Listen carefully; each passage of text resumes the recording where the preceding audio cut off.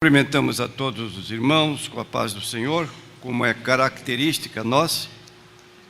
E agora então vamos entrar na primeira matéria que está indicada para nosso estudo durante esses 3 dias. O título é este que já temos aí observado: se a maçonaria é uma sociedade secreta ou se é uma religião. Nós temos uma declaração aí na introdução que diz assim: um bom maçom nunca poderia ser um bom cristão, e um bom cristão nunca poderia ser um bom maçom. Está aí na página de introdução, mostrando esta situação. Você me perguntará, por quê? Se existem muitos cristãos, e inclusive pastores, que não veem nenhuma objeção em se ser paralelamente, ou seja, ao mesmo tempo, um bom cristão e um bom maçom. Está escrito no livro de Amós, capítulo 3, versículo 3: poderão andar 2 juntos se não estiverem de acordo? Ora, como cristãos evangélicos, nós temos uma posição quanto à nossa fé. Há muitos aspectos que poderiam ser apresentados, mas notadamente todo cristão evangélico, ele tem a convicção de que a Bíblia é a palavra de Deus e é um livro inerrante. Então, admitimos que, embora a Bíblia tenha sido escrita por homens falíveis, eles foram inspirados por Deus para registrar as revelações que Deus lhes deu. E nós encontramos num texto muito conhecido de vocês, 2 Timóteo capítulo 3, versículo 16, que toda a Escritura é divinamente inspirada. E também entendemos por 1 Tessalonicenses 2, versículo 13, que Paulo afirma: tendo recebido de nós a palavra evangelizada, a recebestes não como palavra de homens, mas como na verdade o é palavra de Deus. Ora, essa posição é geral entre os evangélicos. Como poderíamos admitir que um bom cristão pudesse ser um bom maçom, se a maçonaria, na verdade, se utiliza da Bíblia? Seus juramentos são feitos com a mão direita em cima da Bíblia, de joelhos, o esquadro e o compasso. Só que a Bíblia para o maçom é simplesmente um objeto de decoração da loja maçônica.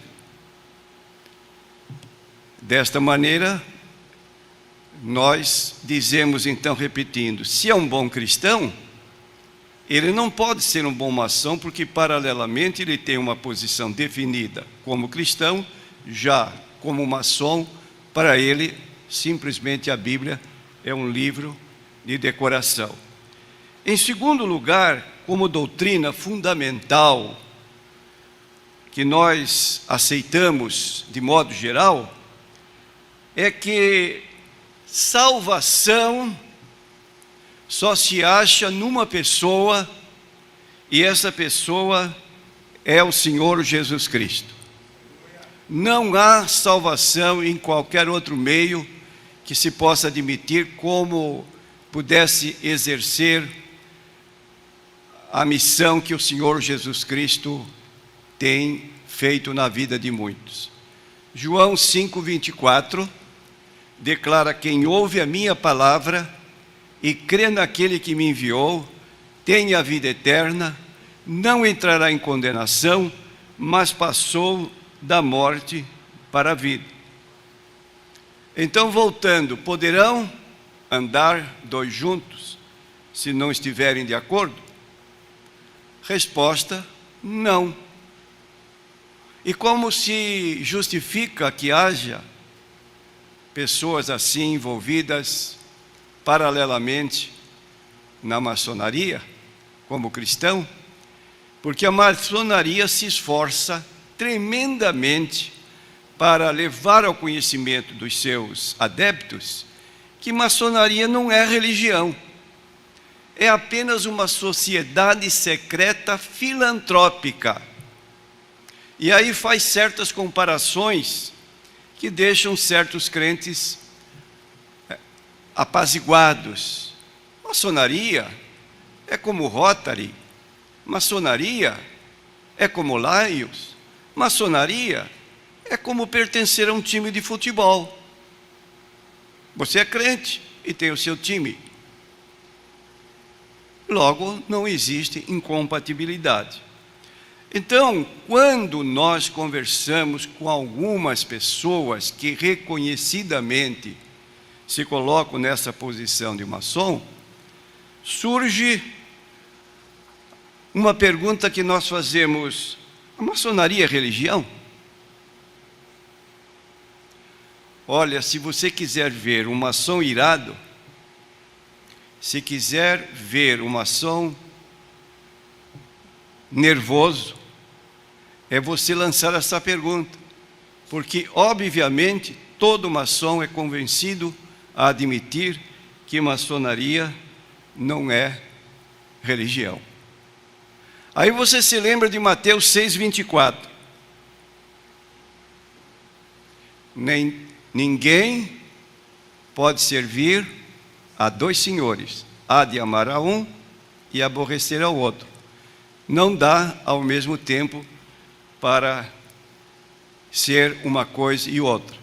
Isso considerando a luz da Bíblia Sagrada.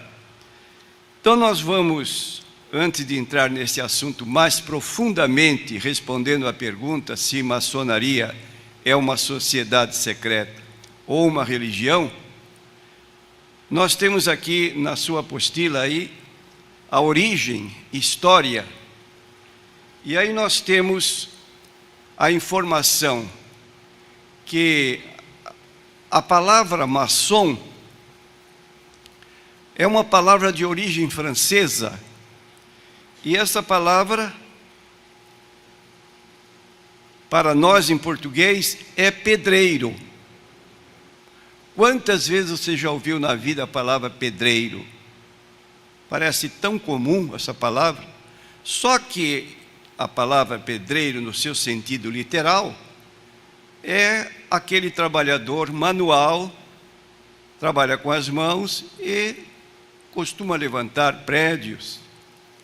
Antes da construção de prédios, ele faz um alicerce muito fundo, às vezes, quando estão construindo edifícios. E, figuradamente, o maçom, ele tem um adágio que diz o seguinte: a missão da maçonaria é cavar masmorras ao vício e levantar templos à virtude. Linda frase, não é?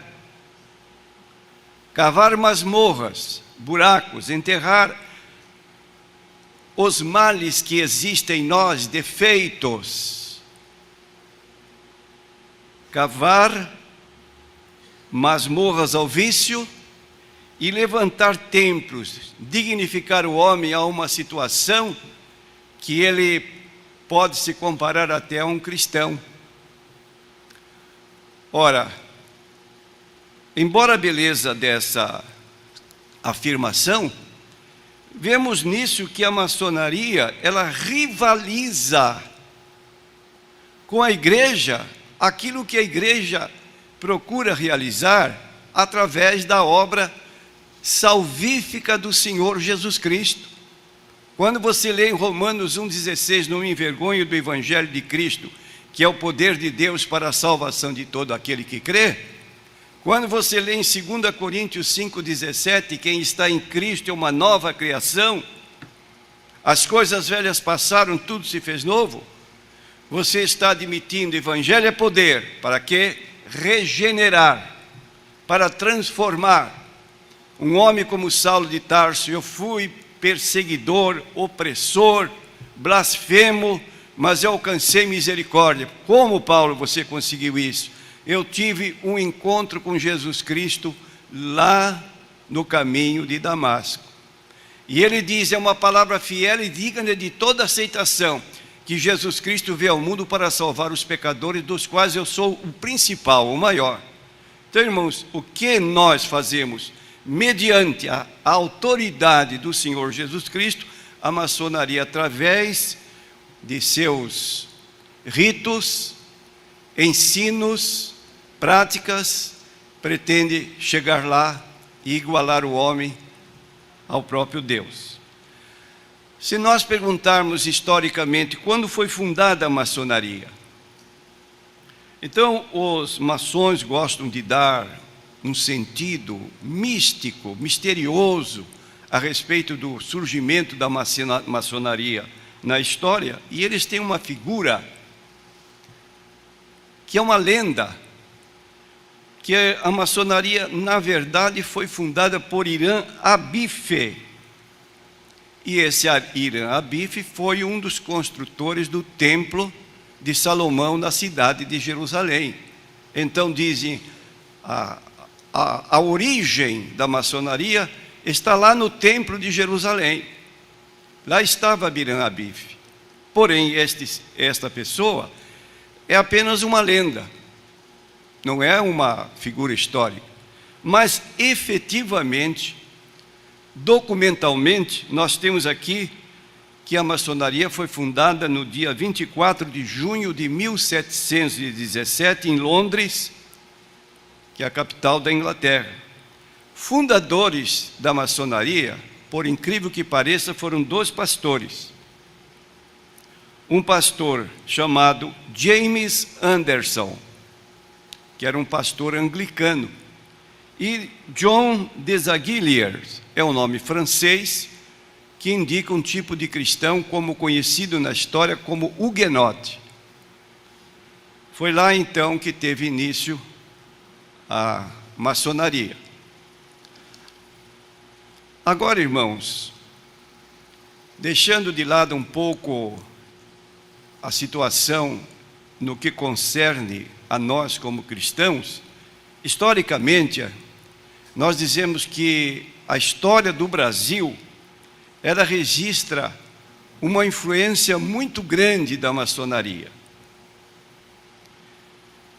Primeiro, na Inconfidência Mineira, as reuniões que se faziam na casa daqueles que eram ligados a este movimento Inconfidência Mineira, na verdade realizavam sessões maçônicas nas casas, onde se reuniam com o desconhecimento das autoridades. Você conhece a figura que é o mártir da independência, Joaquim José da Silva Xavier, conhecido pela alcunha de Tiradentes, e outros que integravam aquele grupo.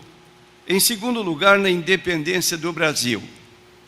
Foi obra muito bem preparada por determinados líderes, que o Brasil viesse, através de Pedro I, dar o brado, independência ou morte. E ele foi coadjuvado por elementos maçons, como Gonçalves Ledo, José Bonifácio de Andrade Silva, conhecido como o patriarca da independência, que agiu poderosamente junto ao futuro imperador para que ele pudesse dar aquele brado que nós conhecemos na história do Brasil. Já mais tarde, em 1889, 15 de novembro, nós tivemos a figura do Marechal Deodoro da Fonseca. Todos eles estavam ligados à maçonaria. Então, muito da nossa história, por trás, ao desconhecimento da maioria dos brasileiros, houve a mão da maçonaria agindo. Nós temos as seguintes figuras: Barão do Rio Branco, Rui Barbosa, Padre Antônio Feijó, André Rebouças, Luiz Gama, Campos Sales, Prudente de Moraes, Silva Jardim. Esses homens da história, eles eram maçons, e através deles é que a maçonaria agia, como age hoje. Agora, irmãos, a situação da maçonaria como religião. Aí é o ponto que considero o dilema, porque se você diz para um maçom que maçonaria é uma religião, você está baseado no quê? Que argumentos você pode usar para fazer esta afirmação? Então você, estudando, vai encontrar certas pessoas, maçons, pessoas do grau 32, 33, grandes escritores brasileiros, como Ricardo da Camino, um grande escritor, também fez um dicionário, Joaquim Gervásio, que também é dicionário da maçonaria. E esses homens escreveram, e quando nós falamos a vocês, algum maçom diz assim: você já foi maçom? A nossa resposta é não. Como é que você pode falar da maçonaria se você nunca foi maçom? Ora, nem precisa ser maçom para falar com propriedade da maçonaria, porque as publicações estão nas livrarias especializadas. Por exemplo, o Pensamento. Eu tenho aqui o dicionário de maçonaria, Joaquim Gervásio de Figueiredo, 33º grau. Pesquisando esse dicionário, você vai encontrar verbetes que dão para você a margem de você poder afirmar: sim, maçonaria é uma religião. Mas eu quero fazer uma citação, eu alinhei aqui várias declarações nesse sentido, para que nós tenhamos essa posição bem definida, por daí é que parte a nossa rejeição da maçonaria em se tratando de um cristão ligado à Bíblia, comprometido com as igrejas. Ele não tem base na Bíblia para, ao mesmo tempo, estar em dois lados. Então, existe um livro chamado A Maçonaria e o Livro Sagrado. Quando eu vi esse livro, Maçonaria e Livro Sagrado, me interessei por ele, porque o livro sagrado a que ele se refere, o escritor, é a Bíblia. Logo, o livro apresenta muitas citações da Bíblia, e isso me interessa a pesquisa. E pesquisando nesse particular, a maçonaria e a religião, diz assim: conquanto a maçonaria não seja uma religião, afirmação negativa, ela é a mais completa doutrina filosófica ou sistema capaz de religar o homem às suas origens divinas. Paradoxal.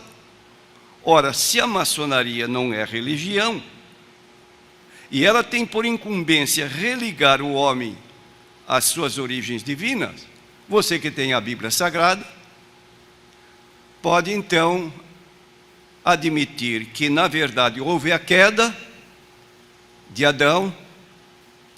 Adão foi excluído do Éden, e a tentativa do homem durante os tempos é procurar um ponto de contato com o seu Criador.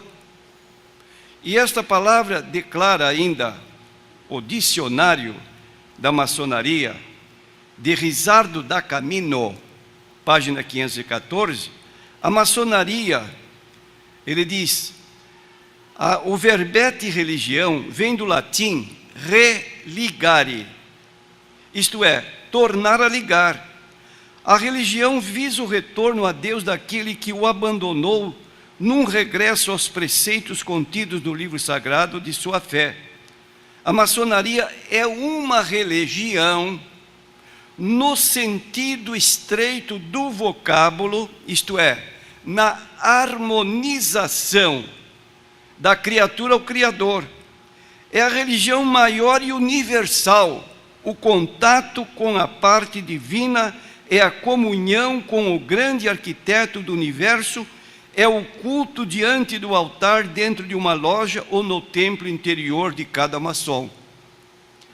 Veja que outro maçom categorizado, autor do dicionário da maçonaria, define que a maçonaria é esse elemento, esse meio que leva o homem a religar-se com Deus.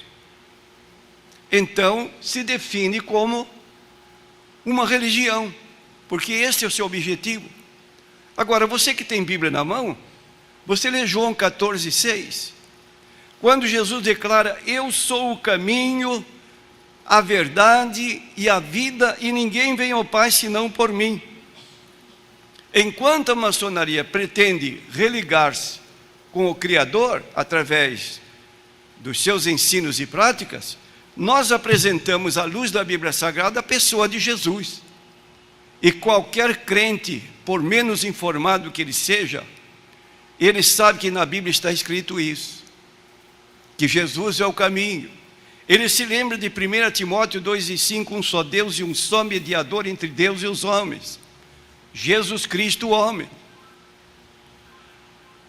Fazendo agora outras citações ainda de outros escritores, nós vemos o seguinte, vou citar agora Albert Mackey, que é o escritor de uma enciclopédia revisada da franco-maçonaria.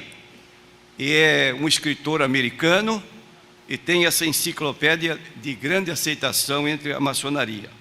A maçonaria pode ser corretamente chamada de instituição religiosa. A tendência de toda verdadeira maçonaria é com a religião. Veja os antigos landmarks. Essa palavra inglesa significa doutrinas. E é tirada daquela expressão bíblica, marcos irremovíveis. Não pode ser mudado. Suas sublimes cerimônias, seus profundos símbolos e alegorias, tudo focalizando verdadeiros ensinos religiosos. E quem pode negar que a maçonaria é uma instituição eminentemente religiosa? Ora, irmãos, como é que podem os maçons, como se a maioria das pessoas que contestam essa situação de um cristão ser ao mesmo tempo um maçom, podem pensar que nós não conhecemos nada e que vamos aceitar isso como de modo passivo, indiferente. Outra citação: abrimos e fechamos nossas lojas com oração. Bonito. Invocamos as bênçãos do Altíssimo sobre os trabalhadores, exigimos dos neófitos uma profissão de fé na existência e cuidado de Deus, ensinamos como devemos nos prostrar humilde e reverentemente ao seu nome sagrado, enquanto sua sagrada lei é dada sobre os nossos altares. É impossível que a maçonaria possa ser verdadeira e confiável a menos que seja tida como uma religião respeitável e observadora de princípios religiosos. O que é que vocês dizem? É ou não é? Nós dizemos que é, e os escritores mais famosos, categorizados do 33º grau, concordam conosco nesse particular. Diz ainda mais que a maçonaria tem 33 mandamentos. E o primeiro mandamento desses 33 é: adora o grande arquiteto do universo. E aí se dirigem a esse grande arquiteto do universo da seguinte maneira: eis-nos, ó Gadu, em quem reconhecemos o infinito poder e a infinita misericórdia, humildes e reverentes a teus pés. Contém nossos corações nos limites da retidão e dirige nossos passos pela estrada da virtude. Dá-nos que, por nossas obras, nos aproximemos de ti, que és uno e subsiste por ti, mesmo e a quem todos os seres devem existência. Tu sabes tudo e dominas tudo, invisível aos nossos olhos, vês no fundo de nossas consciências. Digna-te, ó Gadu, proteger os obreiros da paz aqui reunidos. Quem é de nós que pode chegar-se diante de Deus e dizer: dá-nos que, por nossas obras, nos aproximemos de ti? Você tem dignidade para chegar-se diante de Deus e dizer estas palavras? Que por nossas obras nos aproximemos de ti? Quanto valem nossas obras? Isaías 64, versículo 6. Nossas obras são como trapo de imundície. Absolutamente não tem valor nenhum para que eu possa me aproximar de Deus baseado em minhas obras. Mas eu posso me chegar a Deus confiantemente. Como eu posso me chegar a Deus confiantemente? Porque o escritor da Epístola aos Hebreus, no capítulo 10 e no versículo 19, ele diz assim: tendo, pois, ousadia para entrar no Santo dos Santos, pelo sangue de Jesus, pelo novo e vivo caminho que Ele nos consagrou, pelo véu, isto é, pela sua carne, e tendo um grande sacerdote sobre a casa de Deus, cheguemo-nos com verdadeiro coração e inteira certeza de fé. Todos nós podemos chegar, não baseados em nossas dignidades, não temos, mas temos aquele que abriu o caminho para nós, pelo véu, pela sua carne. Quando lá na cruz do Calvário ele deu aquele brado de João 19:30, tudo está consumado. Agora é preciso que nós aceitemos essa obra salvífica de Jesus Cristo, para que possamos então entrar à presença de Deus. E ainda temos o segundo artigo, que diz assim: o verdadeiro culto que se pode tributar ao grande arquiteto consiste nas boas obras, repetindo a mesma declaração da suficiência do ser humano para se aproximar de Deus. Artigo 3º: tem sempre a tua alma em estado de pureza, para que possas comparecer ou aparecer de um momento para outro perante o grande arquiteto do universo. É bíblica essa expressão? Se você pegar Amós 4:12, você vai encontrar essa exortação: prepara-te para te encontrares com o teu Deus. Aqui o maçom faz uma advertência: sempre a tua alma em estado de pureza. Mas como ele pode ter a sua alma em estado de pureza? Pelas suas ações, pelas obras que ele realiza e pensa que por elas ele pode se aproximar de Deus condignamente. Agora você lê em Efésios capítulo 2, versículo 8 e 9, porque pela graça sois salvos por meio da fé, isto não vem de vós, é dom de Deus. Bom, você pode me perguntar, mas por que será que o maçom recusa terminantemente admitir que a maçonaria é uma religião? Ora, a razão é óbvia. Se você vai falar com uma pessoa que já tem uma religião e você quer ministrar uma segunda, essa pessoa vai ter uma certa objeção. Não, eu já sou religioso, eu não quero ter duas ao mesmo tempo. E a maçonaria terá dificuldade, mas é fácil entrar numa igreja, a aceitação de certas pessoas da maçonaria, porque ele vai ser convencido que ele está entrando apenas como sócio ou membro de uma sociedade secreta de fins filantrópicos. Você não tem um plano de saúde? Qual é o problema? Ninguém tem problema de ser um cristão e ter um plano de saúde. E a maçonaria se coloca assim como um meio pelo qual a pessoa vai ser socorrida por meio da maçonaria. Então nós dizemos, respondendo esta pergunta, que a maçonaria ela é realmente uma religião. Agora vamos ver, irmãos, alguns ensinos da maçonaria confrontados com a Bíblia Sagrada, para que nós possamos notar melhor a incompatibilidade de ser-se ao mesmo tempo membro de uma igreja e membro da loja maçônica. Aí você tem o item 4, confissão do primeiro grau. Duas coisas que as pessoas que não são maçons, elas são tidas como rejeitadas pela maçonaria. A primeira delas é que o cristão ou qualquer pessoa que vai adentrar a maçonaria precisa reconhecer que ela está em trevas. E segunda coisa que ela precisa reconhecer é que ela é uma pessoa profana,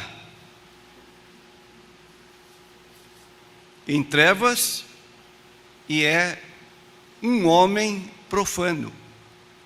Duas coisas que a maçonaria afirma a respeito daqueles que querem adentrar a maçonaria. E quero dizer agora que eu não posso chegar frente a uma loja maçônica e chamar lá alguém responsável e dizer: como é que eu faço para me tornar maçom? Não existe isso. A pessoa que tem certos amigos, colegas, às vezes de trabalho, vizinhança, essas pessoas que são maçons começam a pesquisar, talvez por 2, 3, 4 meses, toda a forma de se conduzir daquela pessoa que ele pretende levar para a maçonaria.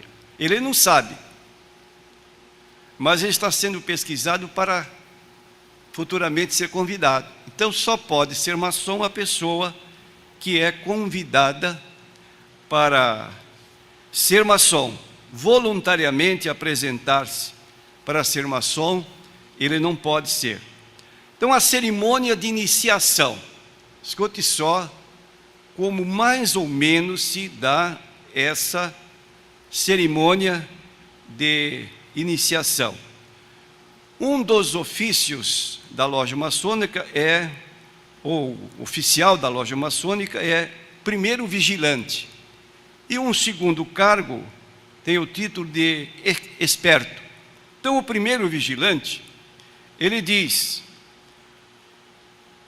quem vem aí? Ele está começando. E a resposta: é um profano que, pretendendo nascer de novo, quer iniciar-se maçom. Primeiro vigilante pergunta mais: e como pode ele conceber tal esperança? O esperto: porque quer instruir-se e aperfeiçoar-se, e estando em trevas, deseja a luz.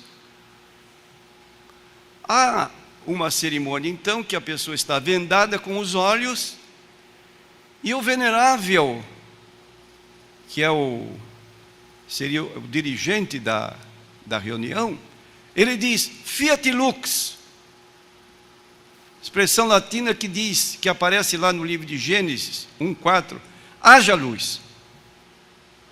Aí a venda é tirada, e essa pessoa então agora vai ser iluminada dentro da luz maçônica. Meus irmãos, você conhece a expressão de Jesus em João 8:12? Jesus disse: eu sou a luz do mundo, quem me segue não andará em trevas. Mas esse crente, esse membro da igreja, por uns instantes, ele sofre um retrocesso, e ele que segue a Jesus, de repente está nas trevas, e agora diz: eu quero receber luz. Mas você não segue a Jesus? Não é a luz do mundo? Como você pode conceber essa situação tão estranha? Podemos citar aqui outros textos, mas vamos mostrar outra expressão que aparece também nessa cerimônia. O profano, olha como se chama uma pessoa que quer ser membro da maçonaria, que se submete a essa fase da iniciação. O profano iniciante aproxima-se lentamente com os olhos vendados. Ao entrar na loja, o irmão esperto toca-lhe o peito com a ponta de uma espada, então segue o seguinte interrogatório. O venerável pergunta: vês alguma coisa, senhor? A resposta do profano imediata: não, senhor. O venerável prossegue: sentes alguma impressão? O profano diz: o contato de um objeto aguçado sobre o peito. O venerável: a arma cuja ponta sentes simboliza o remorso que há de perseguir-vos se fordes traidor à associação a que desejais pertencer.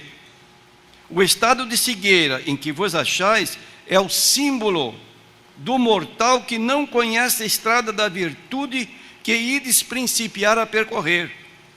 O que quereis de nós, Senhor? O profano responde: ser recebido como maçom.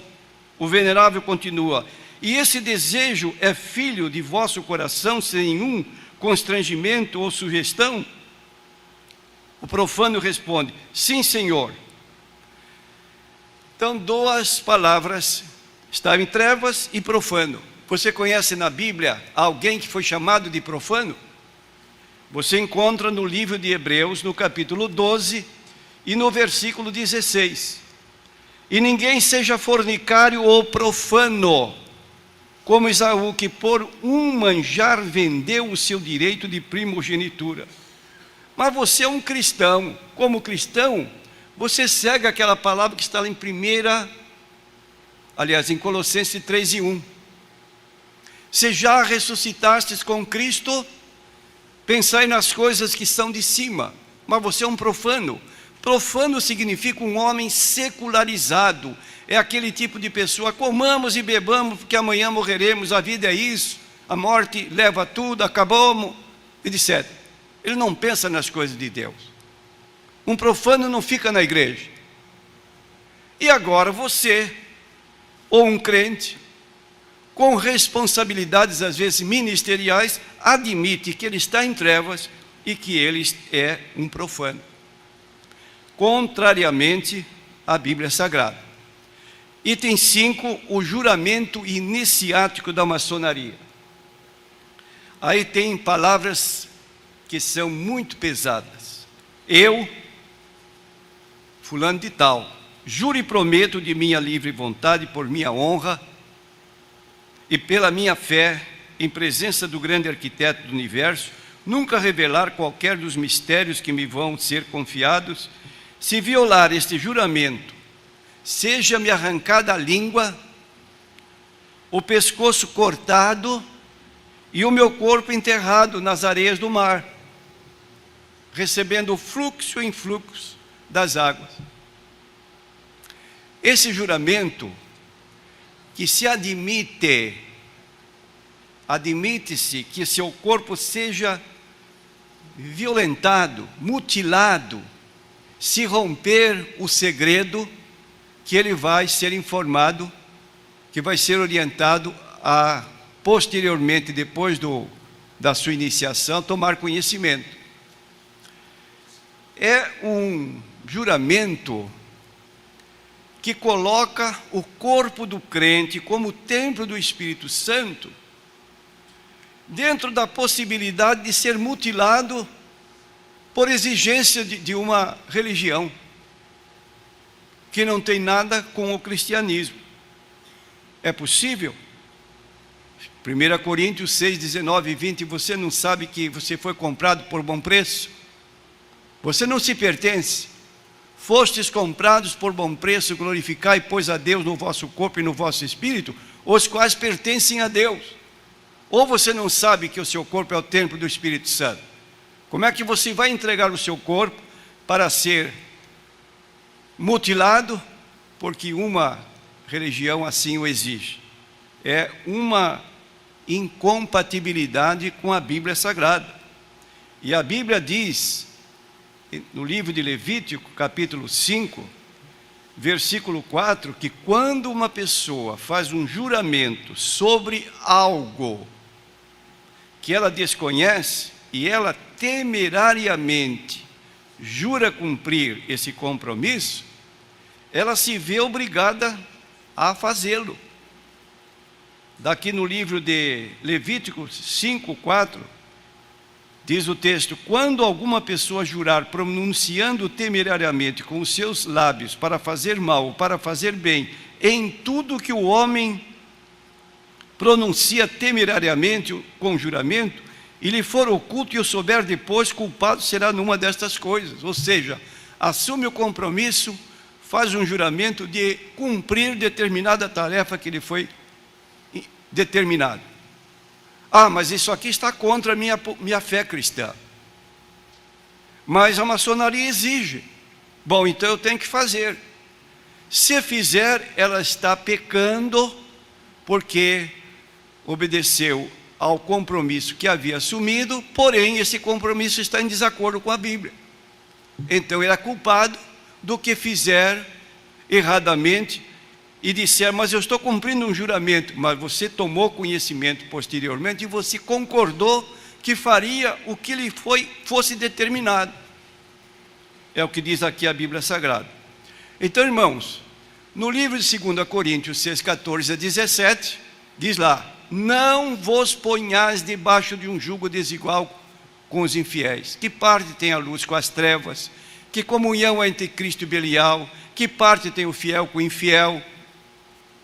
Em vez de mandar que nos juntemos a pessoas que têm posições contrárias, diz: sair do meio deles. Como disse um certo escritor, se numa loja maçônica tiver 25 membros de igreja e tiver 50 maçons, os 25 não poderão influenciar em nada, porque os 50, que é o maior número, vai determinar certas matérias que simplesmente o crente vai ter que obedecer, porque ele está em menor número. Que influência ele pode ter? Então a Bíblia diz: saí do meio deles, não toqueis nada imundo, e eu vos receberei. Item 6. A Bíblia na maçonaria. Então, na maçonaria, existem 3 grandes luzes, que são a luz da Bíblia, a luz do esquadro e a luz do compasso. Qual a posição que a Bíblia ocupa dentro de uma loja maçônica? No verbete decoração, que está no dicionário que eu citei aqui, dicionário de maçonaria, diz assim: nas lojas maçônicas cristãs, o volume do conhecimento sagrado é formado pelos Antigo e Novo Testamentos. Nas judaicas, só pelo Antigo Testamento. Nas maometanas, pelo Corão. Nas budistas, pelo Tripitaka ou os 3 cestos. Nas indostânicas, pelos Vedas. Varia segundo a escritura sagrada de sua religião. Então aqui tem a Bíblia. Você diz: a Bíblia é o livro sagrado, que é uma lâmpada para os meus pés e é uma luz para o caminho. Bom, mas você tem um irmão que é budista e ele não crê na Bíblia. Então como é que ele faz o juramento dele? Ele não vai fazer pela Bíblia, ele vai fazer pelo Tripitaka. Já tem um maometano que não crê na Bíblia. Qual o livro dele sagrado? É o Corão. Logo ele vai fazer o juramento pondo as mãos sobre o Corão. E quando é questão de um maçom sediado em Salt Lake City, no estado de Utah, na América do Norte, cuja predominância são os mormons. Lá ele tem o livro sagrado, o livro de Mórmon. Então, o que serve a Bíblia é o único livro base da maçonaria. Aqui no mundo ocidental porque todos, na sua maioria, têm a Bíblia como livro religioso de maior autoridade. Mas se uma loja maçônica estiver num país árabe, é a Bíblia? Não, é o Corão. Então, qual é a consideração que a maçonaria tem pela Bíblia? Simplesmente um objeto de decoração, porque não é válida a sua posição em se tratando de seções ou da maçonaria, que tem vários grupos religiosos dentro, às vezes, de uma mesma loja. Agora, você sabe, à luz da Bíblia Sagrada, que João 17:17, na parte final do versículo, Jesus fez uma oração dizendo: santifica-os na verdade, a tua palavra é a verdade. Para nós, qual é o livro que fala a verdade? É o Corão? É o Tripitaka? Os Vedas? Não, para nós é só a Bíblia. Agora, como é que você, sendo um cristão, pode aceitar estes livros todos, de cada religião, como tendo a mesma autoridade que está centralizada na Bíblia? É uma posição contrária. Mas a maçonaria, ela usa a Bíblia primeiro, segundo, terceiro grau, aprendiz, companheiro e mestre. No primeiro grau, inicia-se a cerimônia, a sessão, com o Salmo 133. Bonito, né? É uma irmandade. Quão bom e quão suave é que os irmãos vivam em união. Mas está lá, a maioria dos maçons, quando começa a ler, é como o óleo precioso que desce sobre a barba de Arão, porque ali o Senhor ordena a bênção e a vida para sempre. Pergunta para qualquer maçom: o que foi Arão? Por que se menciona o nome dele aí? O maçom não conhece Bíblia? Fica sem poder responder, porque para ele Arão não representa nada, mas está lá. Agora, você sabe que Arão era irmão de Moisés, que exerceu um grande cargo no meio do povo, sumo sacerdote. Companheiro, grau de companheiro, segundo, Amós 7:7-8, põe lá o prumo, quer dizer, vão querer viver uma vida reta. E mestre está em 1 Reis, capítulo 5, 1-6. Isto significa que a maçonaria crê na Bíblia Sagrada como palavra de Deus? Não, utiliza-se.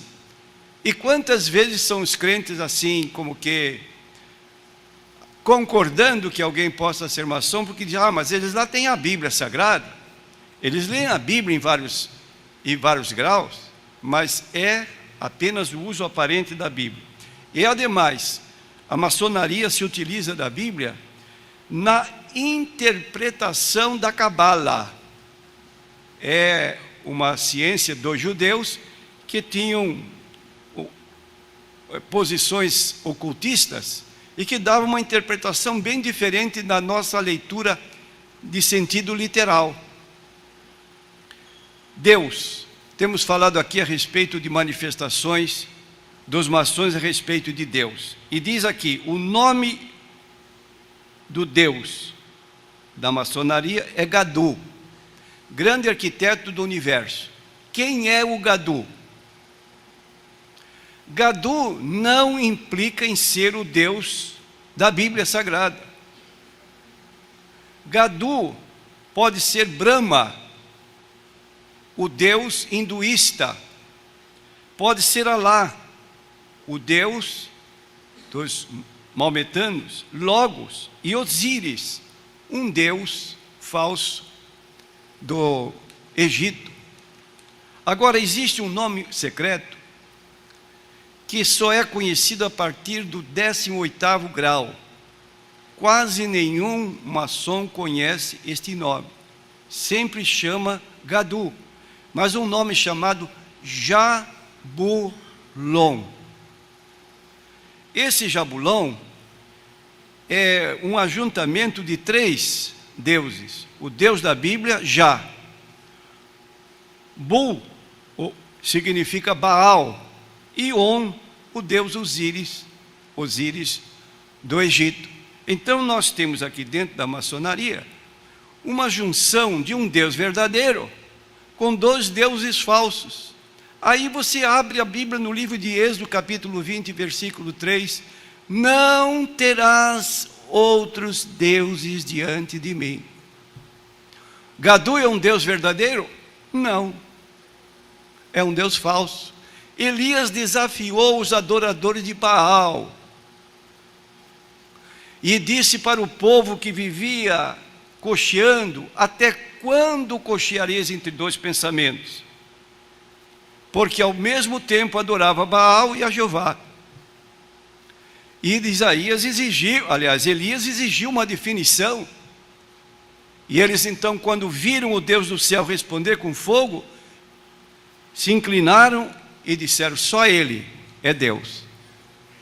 Agora, irmãos, eles justificam nesse livro, a maçonaria, o livro sagrado, o texto de 1 Reis, capítulo 11, e citam no livro 2 versículos, o 5 e o 7, e afirmam: Salomão era um adorador eclético. O que é um adorador eclético? É um homem liberal que pode admitir que ao mesmo tempo ele cultue vários deuses. Para ele não existe problema. E realmente, na apostasia de Salomão, ele deixou Deus verdadeiro e passou a seguir os deuses das suas mulheres, que lhe corromperam o coração. Ora, se você lê o livro, a maçonaria, o livro sagrado, e vê a citação bíblica, 1 Reis 5 e 7, e não tem curiosidade para ler o versículo 6, você vai notar que, na verdade, historicamente está dito ali na Bíblia. Só que o versículo 6 diz assim: e Salomão fez o que parecia mal. Agiu bem Salomão em ser eclético? Não, agiu mal. E por causa do seu pecado é que ele foi, no reino de Roboão, seu filho, o reino foi dividido em 2 partes. E nós temos aqui, concluindo, irmãos, a pessoa excelsa, gloriosa do Senhor Jesus Cristo. Quem é Jesus para o maçom?